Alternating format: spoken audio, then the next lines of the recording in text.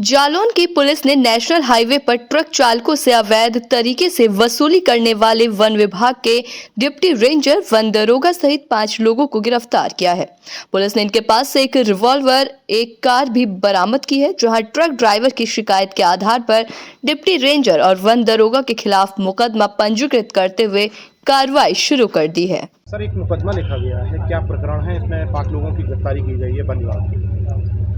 दिनांक 9/10 की रात में सूचना मिली थी इंस्पेक्टर 8 को कि कानपुर झांसी मार्ग पर एक प्राइवेट गाड़ी है जिसमें कुछ लोग हैं, एक ट्रक को रोके हुए हैं और उससे बता रहे हैं कि मैं सेल टैक्स का अधिकारी हूं, जिस पर जो है यहाँ से 8 थाने द्वारा जो है जाकर देखा गया तो वो वन विभाग के जो है 5 अधिकारी कर्मचारी निकले, जिनके कुछ आदमी जो है इसमें शराब का सेवन किए हुए थे, जिनका मेडिकल कराया गया है तथा ड्राइवर कहा कि हमारे साथ मारपीट की गई है, तो ट्रक चालक का भी मेडिकल कराया गया है और उसने तहरीर दिया है।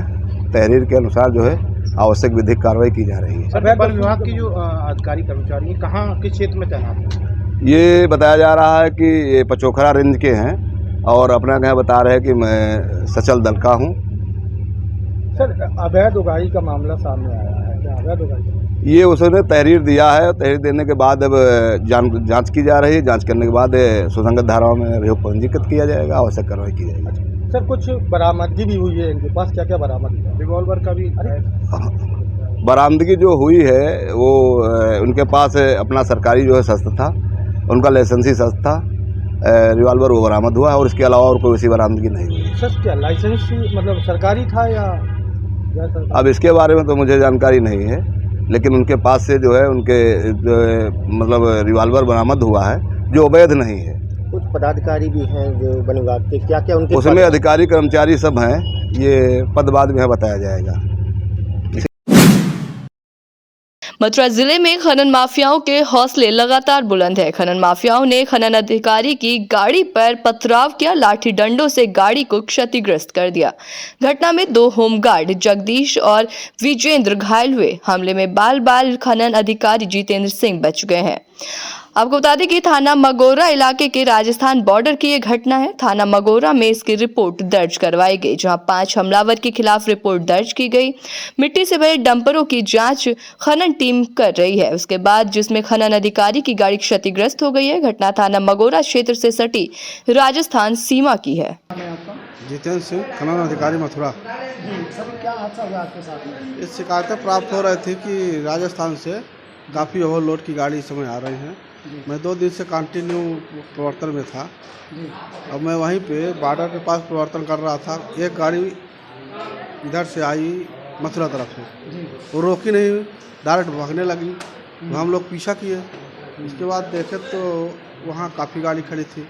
मैं वहाँ के थाना अधिकारी से बात किया, आपके भरतपुर के, ये ऐसा है।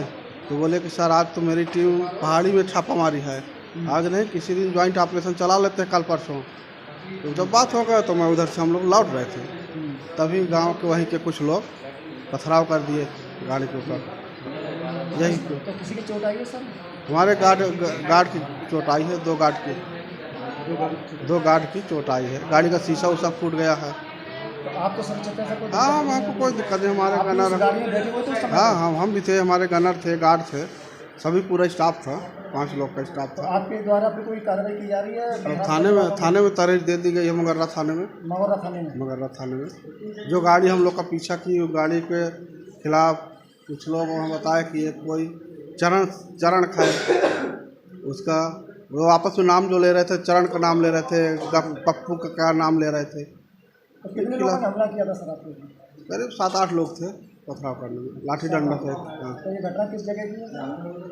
ये घटना आपके हमारे मथुरा भरतपुर बॉर्डर की अंदर, हाँ, थोड़ा सा अंदर था भरतपुर में। नगर निगम में महानगर क्षेत्र से राजनीतिक दलों और नेताओं के प्रचार वाले पोस्टर, बैनर और होर्डिंग हटाने का रविवार की रात से ही अभियान शुरू हो गया, जो सोमवार तक युद्ध स्तर पर चलाया गया। वहीं शहर के विभिन्न क्षेत्रों से यहां होर्डिंग हटाए गए हैं। महापौर सहित स्थानीय निकाय चुनाव की आदर्श आचार संहिता लागू होते ही नगर निगम आचार संहिता का पालन करने के लिए एक्शन मोड पे आ गया है। रविवार की शाम चुनाव घोषणा के साथ ही आदर्श आचार संहिता लागू होने पर नगर निगम में अधिकारियों और कर्मचारियों ने शहर की दीवारों, खंभों और अन्य सार्वजनिक स्थानों में राजनीतिक दलों के प्रचार वाले पोस्टर, बैनर और होर्डिंग को उतारना शुरू कर दिया था, जहां सोमवार को युद्ध स्तर पर यह अभियान चलाया गया। नियमानुसार आचार संहिता लागू होते ही 24 घंटे के अंदर सभी पोस्टर, बैनर, होर्डिंग हटाए जाने का प्रावधान है।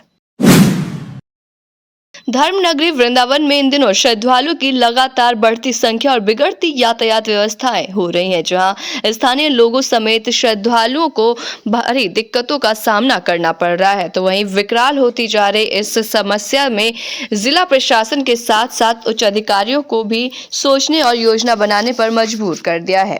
इस श्रृंखला में आईजी दीपक कुमार द्वारा सोमवार को स्थानीय व्यापारी, मंदिर सेवायत और गणमान्य लोगों के साथ बैठक की गई।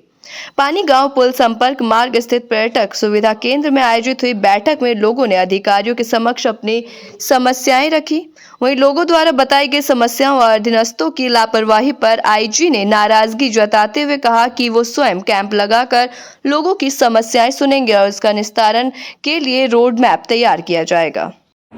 आज इस मथुरा नगरी में, वृंदावन जी में जो यहाँ के व्यापार मंडल के लोग थे, संत समाज के लोग थे एवं अन्य जो जनप्रतिनिधि माननीय नागरिकगण थे, उनके साथ, पत्रकार बंधुओं के साथ एक मीटिंग हुई और माननीय वृंदावन जी में, मथुरा नगरी में जो भीड़, जो क्राउड है, जो श्रद्धालुगण हैं, उनकी संख्या में जो अचानक कई गुना की बढ़ोतरी हुई है, उसका नियमन किस तरह से किया जा सके, किस तरह से रेगुलेट किया जा सके जन सहयोग से, उस जन सहयोग के लिए यहाँ पर मीटिंग की गई और उन लोगों से इस पर सुझाव मांगे गए।